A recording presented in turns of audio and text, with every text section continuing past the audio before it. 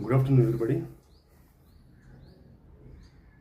ఈరోజు మనం చూస్తే ఎంతో కాలంగా ఎదురు చూసినటువంటి వేల ఉద్యోగాల నోటిఫికేషన్ రావడం జరిగింది ఆంధ్రప్రదేశ్లో. దానికి తెలంగాణ వాళ్ళు కూడా పోటీ పడాల్సినటువంటి అవకాశం ఉందని నేను అనుకుంటున్నాను.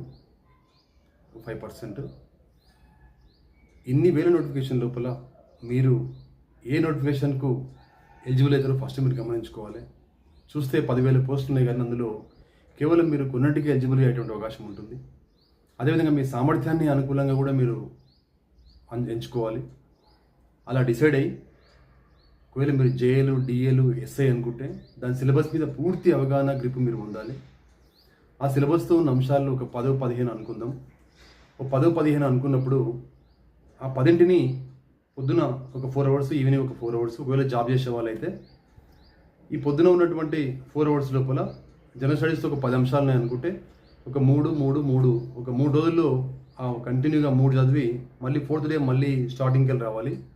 ఇంకా ఈవినింగ్ ప్రామాణిక సబ్జెక్ట్ ఒకటి, నువ్వు జేఎల్ అయితే డిఎల్ అయితే ప్రామాణిక సబ్జెక్ట్ చదువుకుంటూ వెళ్ళిపోవాలి. అయితే జనరల్ స్టడీస్ చదివితే ఏమవుతుందంటే మనకు మే 15 తారీఖు మొత్తం ఇవే ఉన్నాయి, హైయర్ ఎడ్యుకేషన్లో మాత్రమే ఉన్నాయి.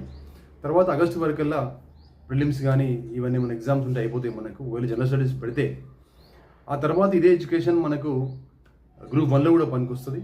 కాబట్టి మీరు ఏం చేస్తారంటే మీకు అనుకూలమైనటువంటి పోస్టును ఫస్ట్ మీరు నిర్ణయించుకోండి.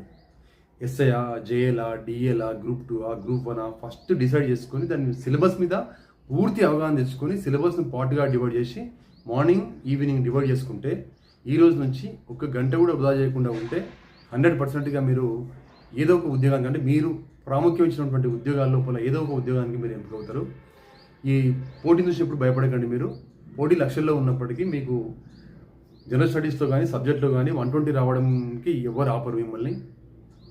120 రావాలన్నా 120 రాకపోవాలన్నా కేవలం మీ హార్డ్ వర్క్ మీద ఆధారపడుతుంది. కాబట్టి ఇతరులు మీకు ఎప్పుడు కూడా అడ్డంకి కారు. కాబట్టి మీ టార్గెట్ను పూర్తి చేసుకుంటే అన్ని మార్కులు ఉంటే 1 పోస్టును తప్పకుండా మీకు వస్తుంది. ఇది కనుక, ఈ స్ట్రాటజీ కనుక మీరు ఫాలో అయితే మీరు ఏదైతే సెలెక్షన్ చేస్తున్నారో ఆ జాబ్స్ 100% నువ్వు రీచ్ అయ్యేటువంటి అవకాశం ఉంటుంది. తప్పకుండా నీకు వచ్చే అవకాశం ఉంటుంది. దీన్ని ఫాలో కండి. ఇంకా మరిన్ని వివరాలతోని నెక్స్ట్ వీడియోలో మీకు చెప్తాను. Thank you very much. First of all మళ్ళీ గుర్తు చేస్తున్నా, మీరు ఏ ఉద్యోగాలకు అర్హులో ఫస్ట్ నిర్ణయించుకొని దాని సిలబస్ మీద పూర్తి అవగాహన తెచ్చుకొని అప్పుడు రంగంలోకి దిగండి. ఈ రోజా రేపా అనేది. Okay, thank you very much. All the best. Thank you.